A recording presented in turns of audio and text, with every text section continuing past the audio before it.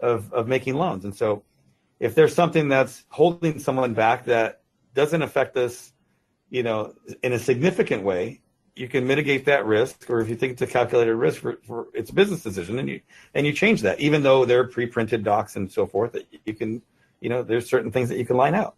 And so it's the same thing with a seller who's dealing with either a professional, real estate agent or one of these shops, is that there are things all the way through where, and I'll use the inspection, right? This inspection example I was giving you where the agent wanted to leave.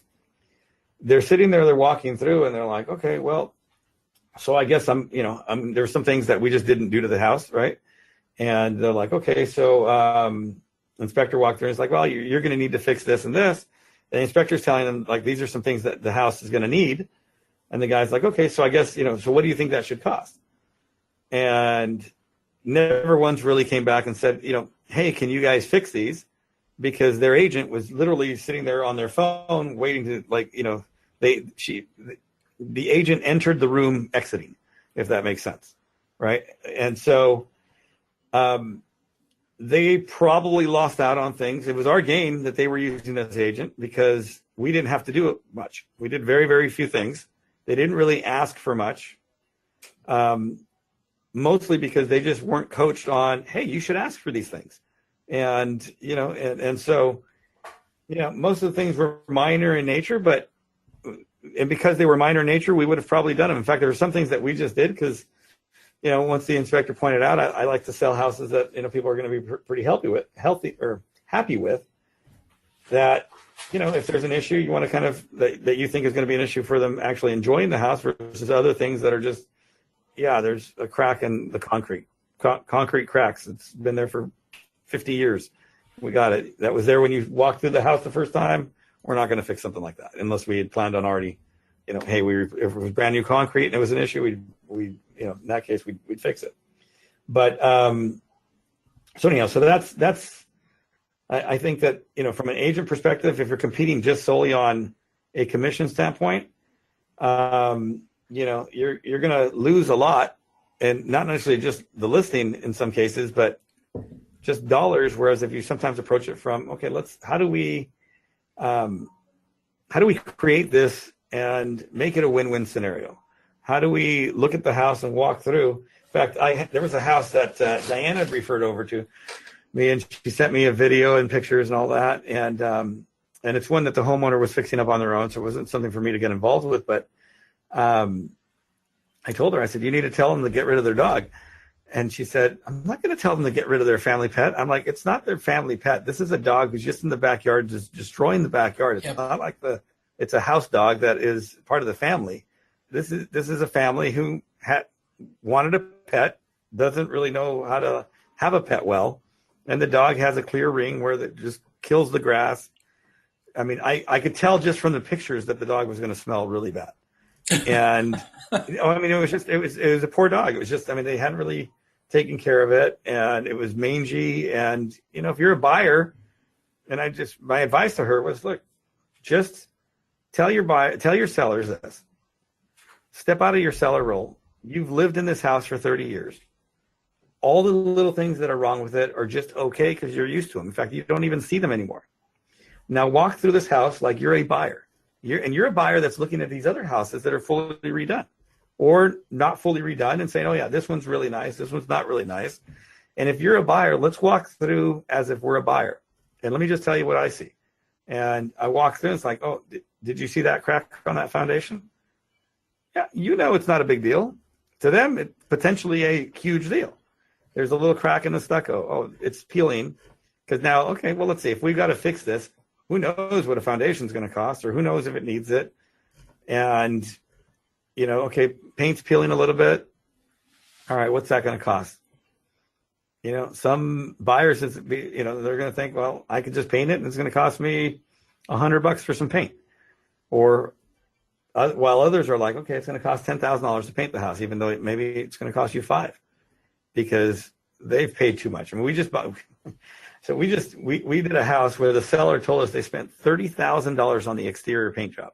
This is a small 1,600 square foot house. And I'm like, and I just bit my tongue because what am I going to tell him after the fact? Wow, you got ripped off like big time. He was happy with the paint because it was, super great quality paint. And I mean, he got clearly upsold, but you don't know what the buyers are thinking. So you can just walk through with your buyer hat on and point out all of the different things in a realistic thing, and then be the solution as to, hey, here's how, we can help you, or here's what you can do. And if you get the house ready, here's the differences. Your house will sell for this much in this current condition. If you do these minor tweaks, or you spend, or you invest, or, or whatever the scenario is, then your house is going to sell for this much more. And, and then if you go really all out, it's going to sell for this much more, because within every market, there is, really multiple markets. There's the, excuse me, there's the fixer, not going to qualify for financing, price point. There's the distressed seller price point. There's the distressed seller that the house needs some work price point. And then there's the seller that, hey, they fixed up, but they still live in the house.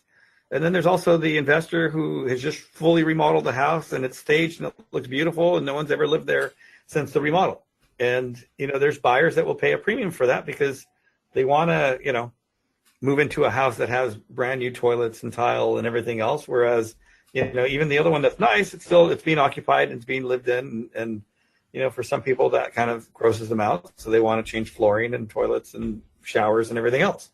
So, if you explain all of these and explain to them like why, because this is, I would assume, an opposition that they get from sellers often is like, well, this house down the street just sold for $800,000, and so mine's worth $800,000. And then you look through, it's like, yeah, they put $150,000 into work in yours, and you're thinking like, all you need to do is carpet and paint it. That's just not the case.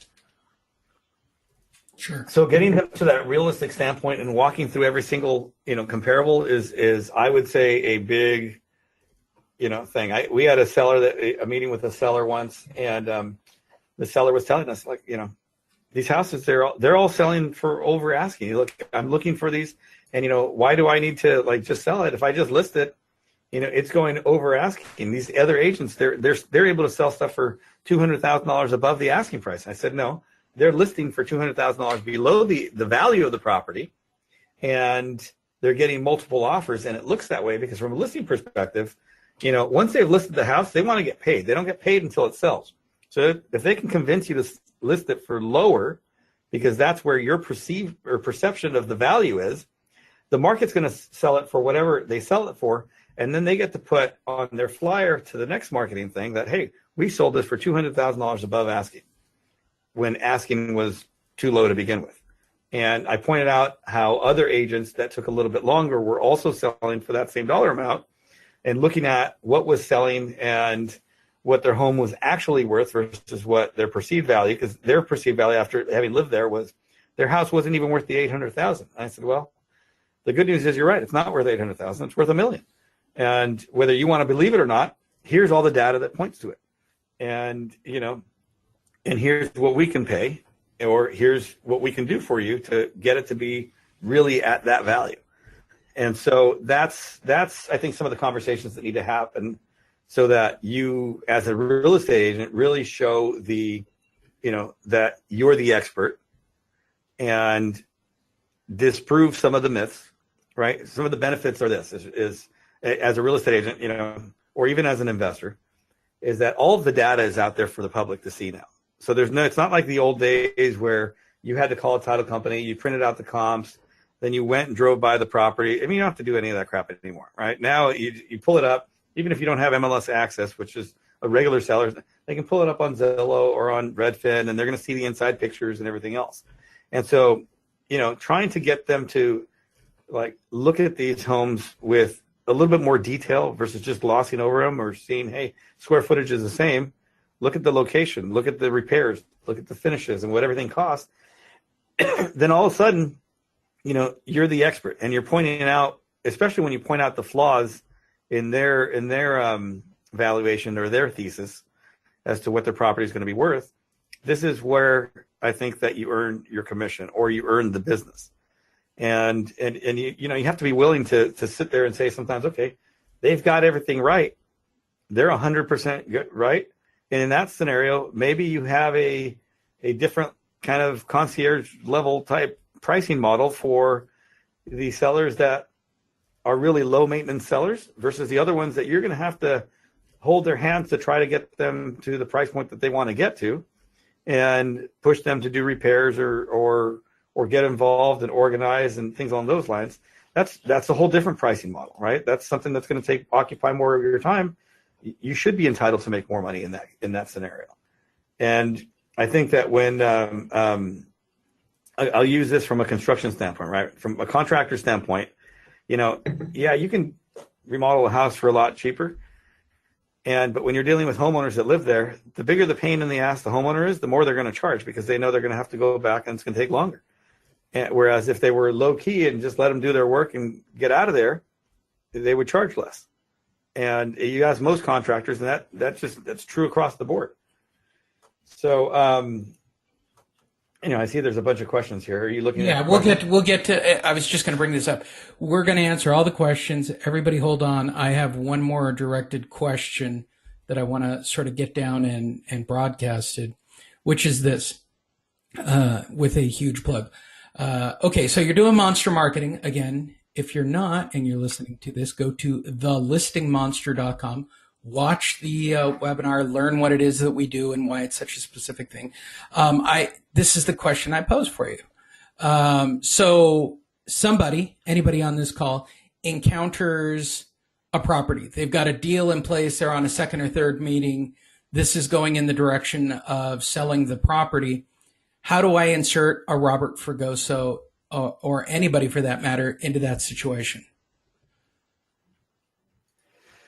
So, I mean, I think the first thing would be to be able to value the property and see the property for what it can be, right? And so you look at the property and say, okay, here's the property that needs some work.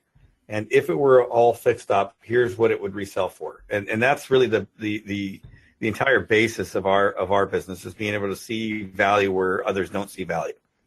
And so if it's all fixed up, what can we resell this house for? And then work the numbers backwards from there, and how much, you know, you have to kind of estimate, all right, if it's, you know, if you want to just do it, I mean, it changes per price point, so it's really tough to say, but if you're just saying let's say 1,000 or 1,500 let's say a 1,500 square foot house, roughly on that size home in the LA marketplace, we're going to spend, if it needs a kitchen and maybe a light bathroom remodel, it's not like just completely trashed, you're probably going to spend somewhere in the vicinity of $45,000 to $55,000. You know, if it's really trashed, you know, you're going to spend more like you know, somewhere between $55,000 and $75,000. You know, if it's really light, I mean, I really haven't gotten out of many rehabs for under $35,000, but that's because we do a lot of add-ons. I tend to spend more money in the backyards than most investors do. You know, it's one of the I think probably the things that we're known for is creating this entertainment type backyard. And so whereas a lot of investors, they just either seed it or they don't even landscape it. You know, we really try to make it extra outdoor square footage, you know, especially in California, where the weather is, you know, barring this week, you know, is really fantastic most of the time. And so because of that, you know, we tend to get a premium for the houses that we resell because they have attributes that other homes just don't have in the area. And then we're starting to see people kind of knock us off a little bit more because they see the value in doing it based on the comparables that we've kind of laid out for them now. So I would say that the first thing to do would be just be able to spot value when you're speaking with homeowners, you know, and you know, and speak candidly and just find out if they're open to a cash offer, right? What we do is you know, we partner with real estate agents. So if you brought us your deal, then rather than you make a you know, just a commission on it, you're going to participate in the profit. And so you end up making, you know, more than your commission most of the time, right? And so if you're just making your commission, then just list it. And so that sometimes is the right answer. And but it all depends on what the